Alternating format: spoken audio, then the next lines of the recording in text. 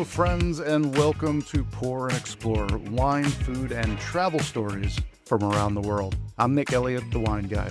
This is where we sip, savor, and wander through the world of wine, explore incredible food, and uncover the stories behind unforgettable destinations. Each week, you'll hear engaging conversations with wine pros, chefs, travelers, and fellow enthusiasts, plus educational episodes to help you sip smarter and explore deeper. So, grab a glass, pull up a chair, and let's pour, explore, and celebrate the good life. Let's dive in. All right, everyone, welcome back to Pour and Explore. Today's episode is all about more of those raw realities of travel and having the bravery to step into the unknown. We often see glossy side of hospitality, of the hospitality and travel industry, but getting from point A to point B can be a real challenge for some folks, especially if you're navigating the world with a hidden disability. My guest today is the incredibly inspiring Michelle Steiner, who I actually connected with through a Facebook podcast group. Michelle is a writer, a paraeducator, and a talented nature photographer. She recently took her very first solo flight, and she is joining us here today to share her story.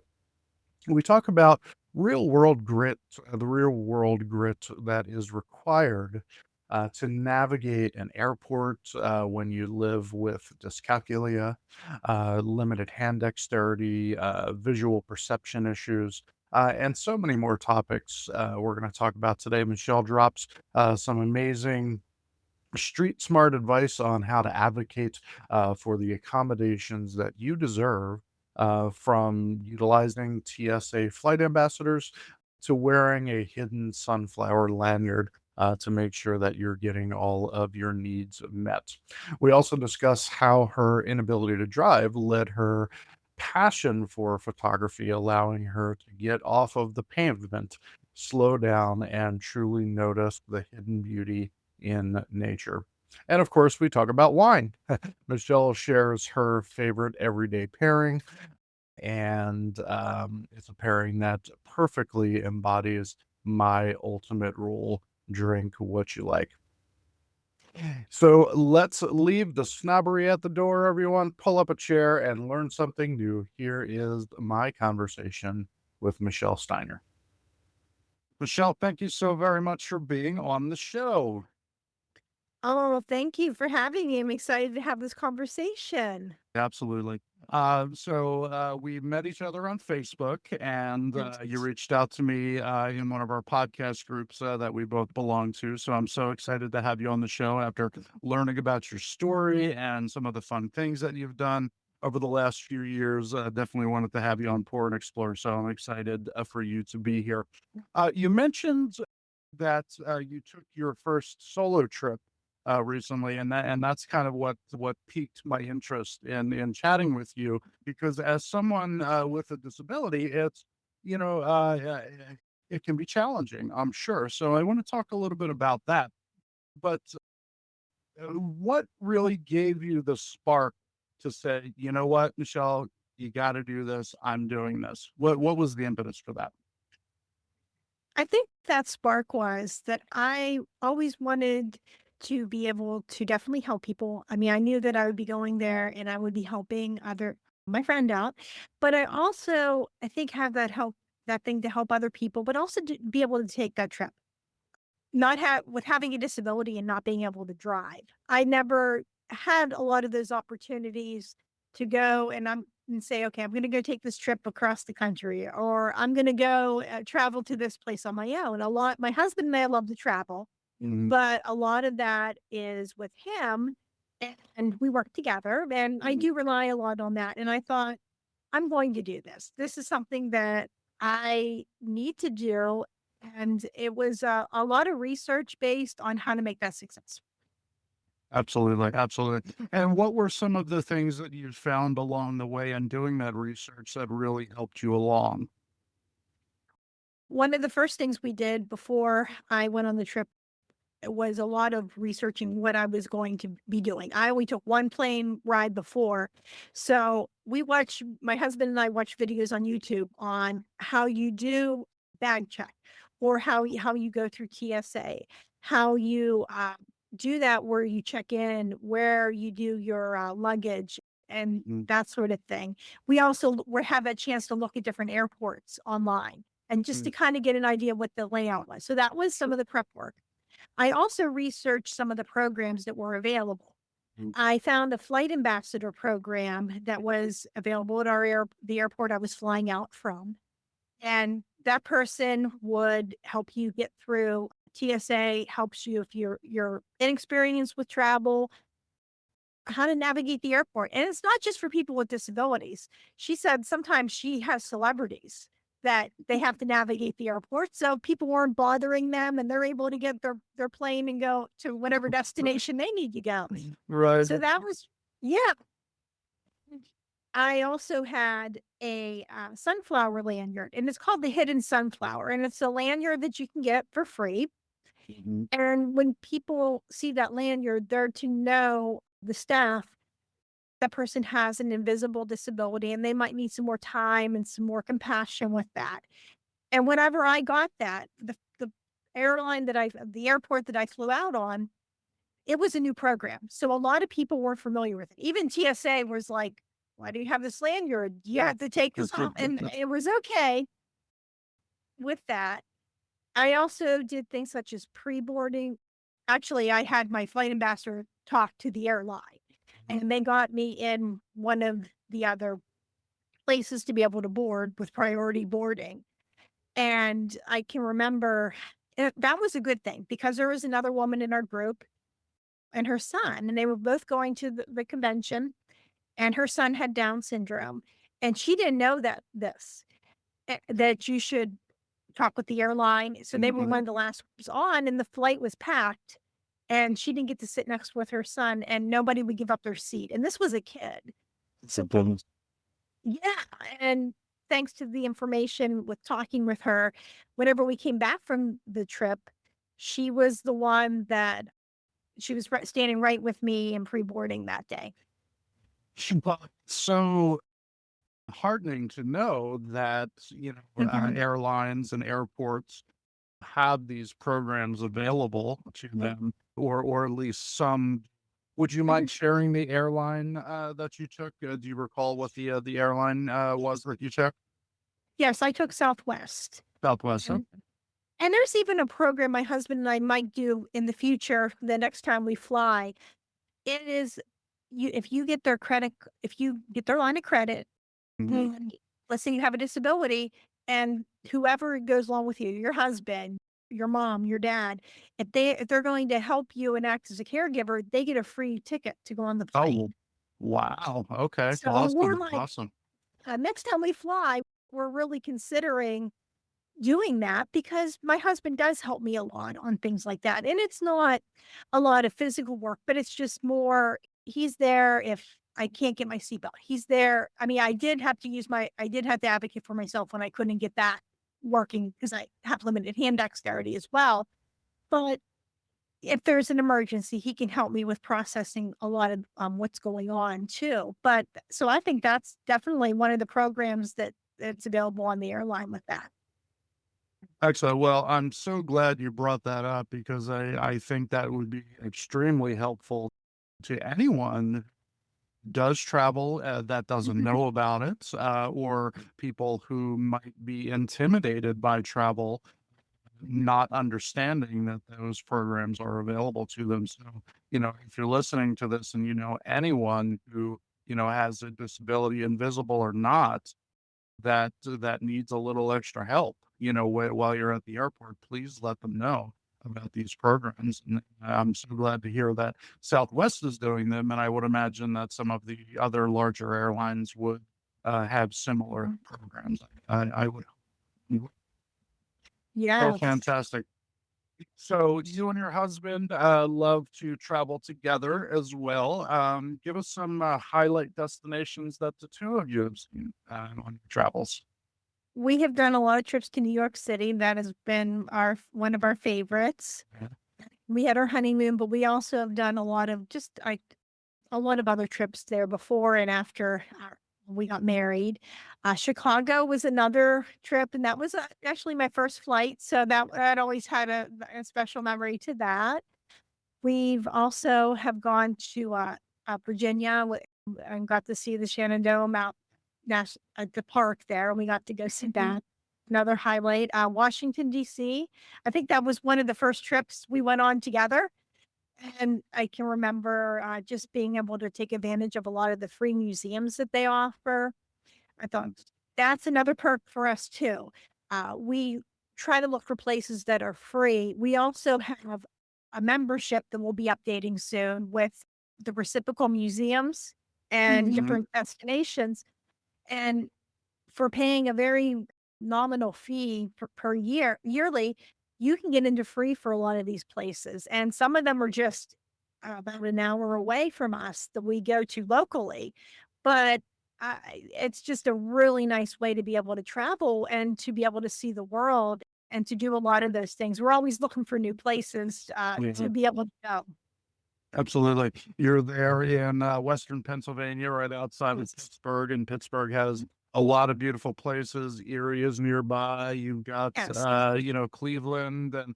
and, Ohio. You've got West Virginia, beautiful places in West Virginia to see, and those are just day trips. It's awesome. Yeah. We do a lot of those. Yeah, throughout the year, Yeah. we do a lot of those. Mm.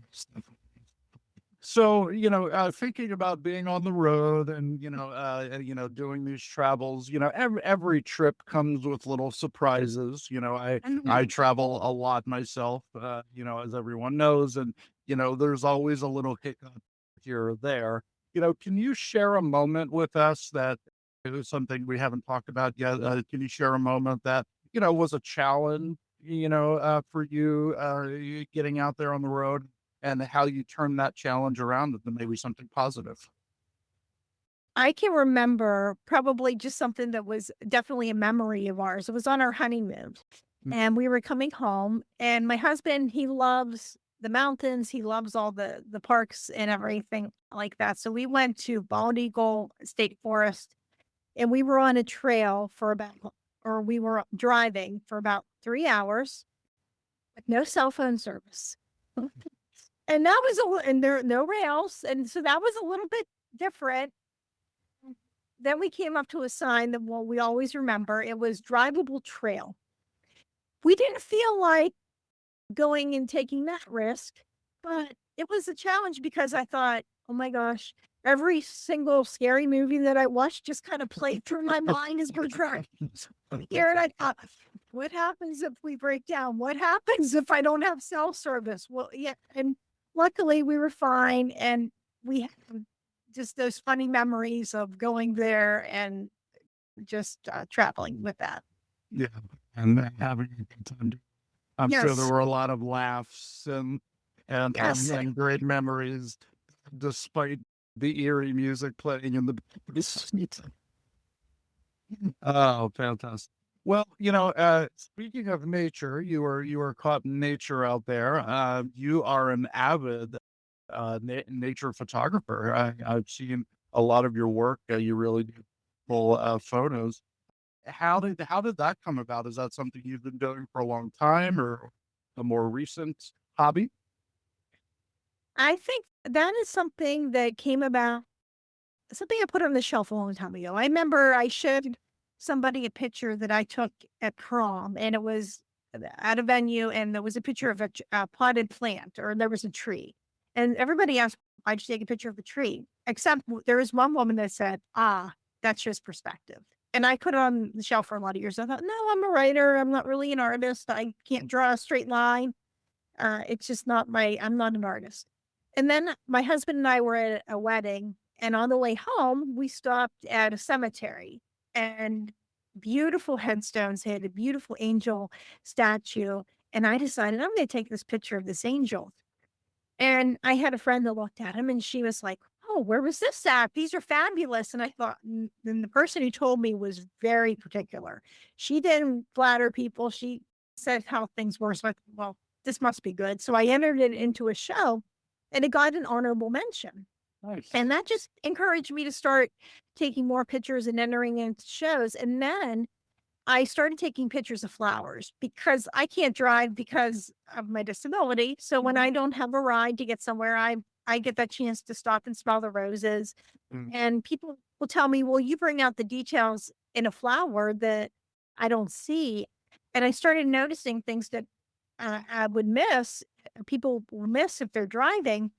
And rather than being sad when I'm on my walks, I get that chance to just slow down and take those pictures. And if I was driving a car, there'd be so much I would miss. Absolutely.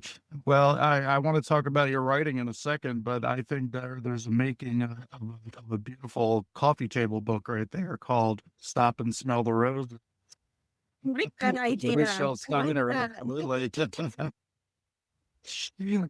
So let's talk a little bit about your writings. Tell the audience, what you're doing, where they can find the things that you've written. Sure. I have a blog called Michelle's Mission where I write about my life with a learning disability and I post pictures from my walks and my flowers and some of the other adventures that I've been on as well.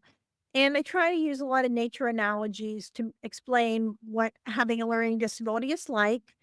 And I might tie it in with the process of accepting my disability as like a flower that's blooming, or butterflies are another big thing of mine, as you can tell. I talk All about right. the transformation that a butterfly goes through. And I try to make it where it's simple enough for people maybe that have a disability or people who aren't familiar with them to understand, but it doesn't talk down to people either. I just try to make that relatable. And a lot of times people say, "Well, that's my life and that's my Mhm. story." And I thought that I was the only one that struggled with that. And when I share my story, a lot of people can relate to that as well. And for anyone interested, you can find me at my blog, www.michellesmission.com. Yeah, it's a great website. A lot of great information. It's got the website has connections to Michelle's social links as well. Check out her Instagram with all of the beautiful photos, and her Facebook is on there as well. So please definitely do that. Um, let's switch back to travel a little bit. I want to talk a little bit more about that. First off, would you mind sharing about your disability with the audience? Sure, I have a math disability called dyscalculia, which makes it hard for me to understand how numbers work. Mhm. And but it goes beyond a classroom. I mean, I might be have a lot of difficulty with sitting there and trying to understand that, but I confused my right from my left. And then directional concepts like east, south, and west are really hard for me to understand. I can't read the face of a clock, so that makes it that difficult. I also have visual perception issues, but that's in my brain, not in my eyes, so I'm Mhm. not able to drive because of that. And I also have limited hand dexterity, and they didn't find that out until I was an adult, so that can make Mm. things really difficult with, using my fine motor skills. Sure, absolutely. As I mentioned to you when we were first chatting, my son has some learning disabilities as well, and similar to you, and a lot of people have dyslexia, which is the same general family as dyscal- dyscalculia. I think he also has dysgraphia, which is that fine Mhm. motor Yeah. skill in your hand. So that's always been a huge struggle for him, Mhm. tying his shoes or, tightening the straps on his backpack, and, when he was going to school or, even holding a pencil in order to write something, that can be very, very difficult for him, you know, so I definitely empathize Mhm. with your situation, seeing him grow up, you know, with similar struggles and yeah, even as his father, someone who, Sure. witnessed it, it's we want to say, just do it, and so like you said, this is in your brain, this is something that you can't learn overnight. or you might not even, so just, Mhm. helping the audience understand that these are real things, and having a little empathy for people who are going through what you're going through, what my son goes through, and I'm so happy that, you got, this amazing calling in your life to help people with similar struggles. And I absolutely appreciate you coming from a parent who has a child with similar struggles. So I definitely appreciate it. Thank you so much. Absolutely. So I'm curious, when you're traveling, well, I guess my first question would be, have you been outside the country yet? No, I haven't. That's on my bucket list to do Okay, that. perfect. And that was going to be my question is, on this show, I talk about traveling a lot, and whether that's traveling to, taking a walk around the block, as you are so apt to do, and in pictures, or flying to the southern hemisphere, around the world, kind of thing. It doesn't matter, as long as you're getting outside of your little box, your little bubble that you're in. Tell me about some of the bucket list destinations that you and your husband are talking about getting out to. We definitely would like to go to the Canadian side, Niagara Falls. We've Yeah. done the US side a number of different times. And we haven't really talked too much about that. I think about other than that. I think right now we just want Okay. to get to, yeah, start out with that. And then we might go and do some other European trips too. I mean, I think that might be something in the future. Absolutely. There's so much beauty in the world. Can you can see it on you can go and Google uh beautiful cities in Italy, or, Yes. great Hmm. towns in China, or whatever the case is, but there really is no comparison to seeing for yourself. So, I really hope that you can get out there, and that one, I wish for you. Awesome. Yeah. Absolutely, absolutely. As someone who loves to travel, and gets out there, so often, do you have do you have any travel goals beyond just getting there? Are you looking to see a certain thing, a certain monument? You mentioned Niagara Falls. That's a beautiful location.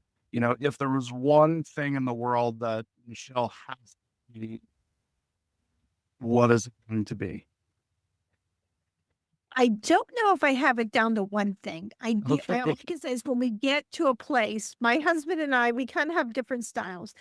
He is very low key about things. He loves to relax more.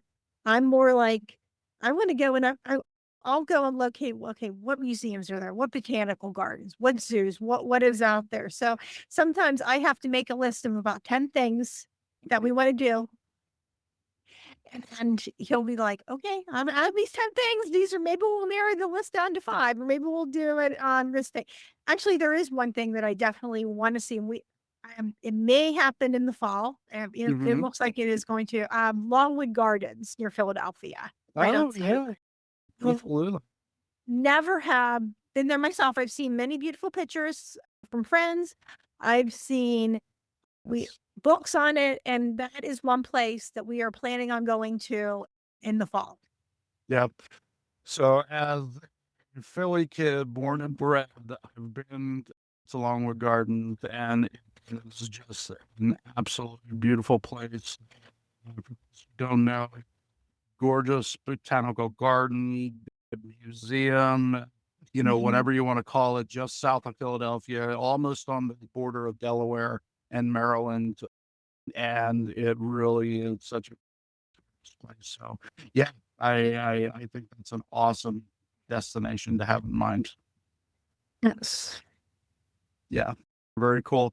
What has there been any? I asked about challenges earlier, but I want to go beyond challenges. I want to I want to talk about how you've overcome those challenges, and not so much overcome it. It's by sheer will. Is there anything that you came to the face of and just said, you know what, I'm not going to let that stop me from experiencing this thing?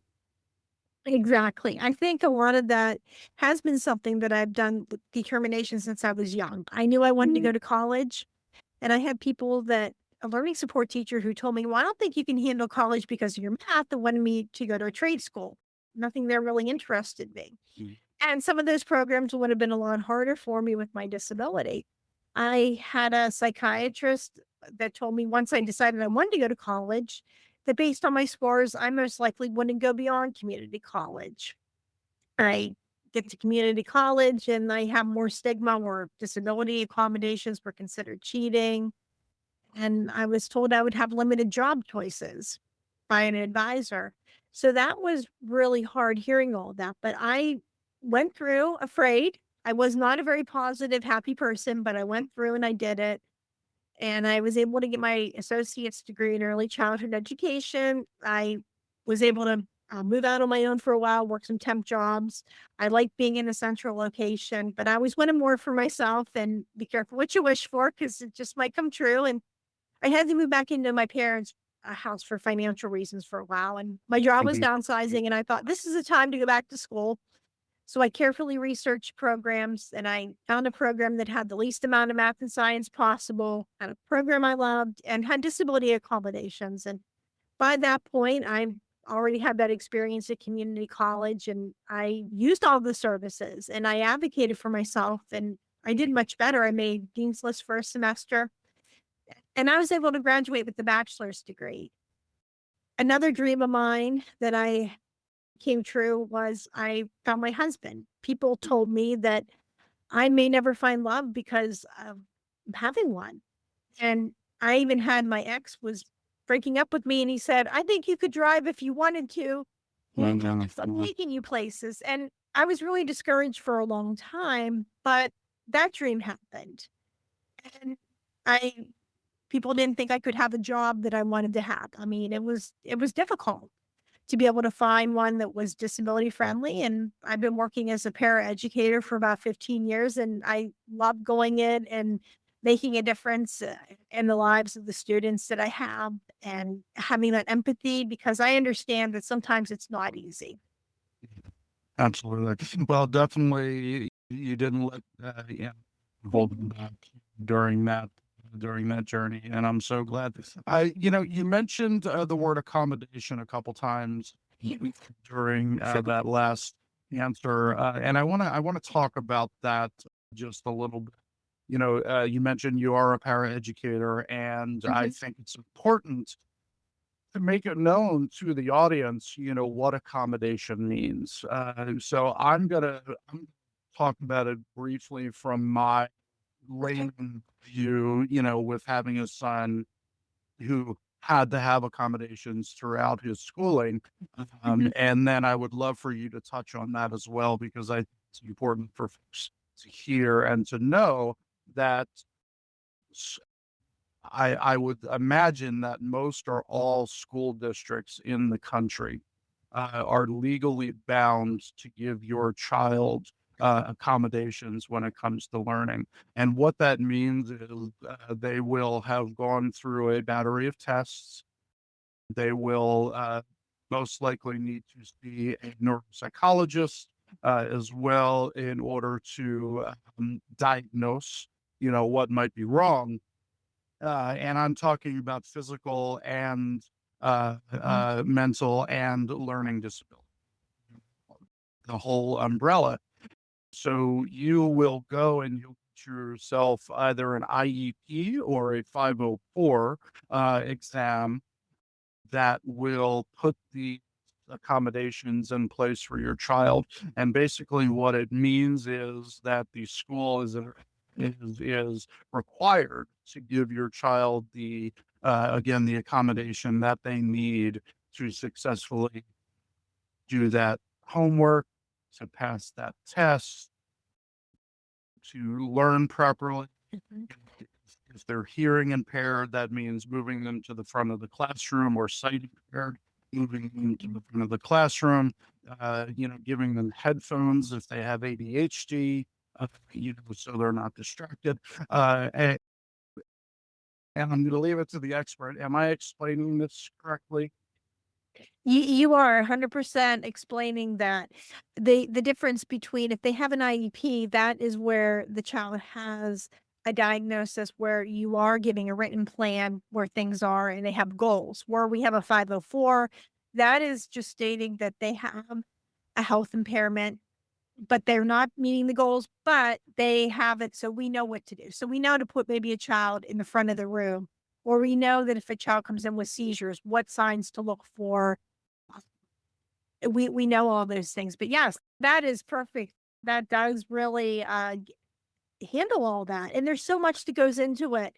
People don't think about bus transportation or even paraprofessionals. That can be something that can be written in a child's IEP if they need a one-on-one. I've done one work before as well, so Mm. it's definitely something that is so important because I know that if I didn't have those in school, I wouldn't have been able to make it as far as I am today. Absolutely. Well, God, I'm glad I hit the nail on the head with that one.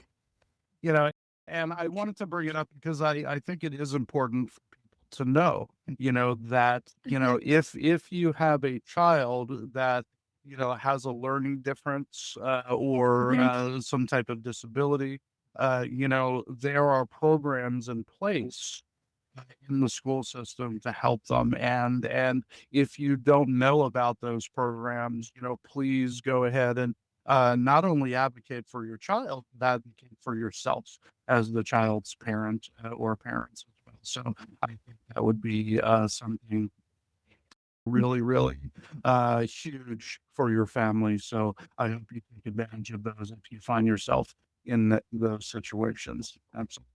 One last question, and then we're gonna Yes. go into the lightning round, Michelle. Okay. For listeners who might be doubting themselves, whether it be, a disability, or fear of the unknown, what's one message that, you hope they would take away from your story today? One of the messages that I would hope somebody would take in is that success doesn't always come in the package that we expect, but sometimes it comes in something even better. And it's about learning about ourselves and knowing, okay, what issues somebody might have and knowing how to advocate and to be able to speak up for themselves. Awesome. Awesome. That's perfect. It's perfect. And again, head over to Michelle's website. That information will be down in the show notes. So you can check out not only her story, her blog, her beautiful photography. You're going to see all of that on the website. And, hit a like when you're over there, or a follow when you're over there on Instagram and Facebook as well. Um, all right, we're completely off the rails here and not talk about anything that we've talked about so far. We need to talk a little bit about wine and so lightning round. What is your favorite wine to have on your dinner table for you and your husband? I like Red Cat, the very sweet red wine. Okay. All right. Sweet red wine. That's the deal. I love it. That's what we find on the Steiner table for dinner. Yes. Love that. And what are you serving that sweet red wine with? A lot of times I always make really good salads and it's just more than just a hunk of iceberg lettuce. I like to sometimes put fruit in that. Sometimes we'll Oh, put tons of different vegetables in that salad and maybe like some kind of chicken with that. I know that's not the wine that goes with that, but it's definitely one of the things we make. Yeah. no, no, not at all. Not at all. I am the wine guy, and I know Mhm. wine intimidates people, but my motto, with the wine guy that I have, educating people around the world, about wine and talking about pairings and Mhm. things like that is I don't care what you drink, it's what you drink, what you like. And, as long as you like it, that's the only thing that matters. Fantastic. Well, Michelle, this has been an amazing conversation. I'm so glad that you reached out to me online. It really was a pleasure to have you on the show, and thank you very, very much for being here. Thank you so much. My pleasure. All right. What an incredibly grounding conversation. I want to give a massive thank you to Michelle for being on the show today. Her story is the ultimate proof that stepping out of your comfort zone, whether that's navigating an airport solo for the first time or simply pausing to capture the hidden beauty of a flower, is where the real magic happens. We talk a lot on the show about getting your boots in the dirt and being brave with the unknown. Michelle really does embody that spirit perfectly. She reminds us that travel isn't about perfectly curated itineraries, it's about navigating the realities of the journey, finding the true accommodations that you need to thrive, and of course, transitioning from a mere tourist to someone who truly experiences the world on their own terms. And I loved her approach to wine. Red Cat, sweet red wine with a hearty salad. Why the heck not? Absolutely. If you drink it, you drink what you like. You drink what you like, and that is all that matters. If you found Michelle's story inspiring today, as I did, please go out and check out her blog at michellesmission.com and follow her beautiful photography journey on Instagram as well as Facebook. And while you're at it, make sure you're following me, Nick Elliott, the wine guy. You can find me on TikTok, Instagram, Facebook, of course, my website as well. You're going to find all of those links down below in the show notes. So please check those out. A thumbs up would be awesome. A subscribe would be amazing as well. Thank you so much for your time. We've got some amazing content on the website that you'll check out. Thanks so much for tuning in to this episode of Pour and Explore. I'd love to hear your thoughts, love to hear your stories or questions. Drop me a message at cheers@thewineguy.vin. That's cheers@thewineguy.vin. Or let's connect on TikTok, Instagram, or Facebook. Grab those links at thewineguy.vin. Until next time, let's keep wondering and wandering. Cheers, everybody.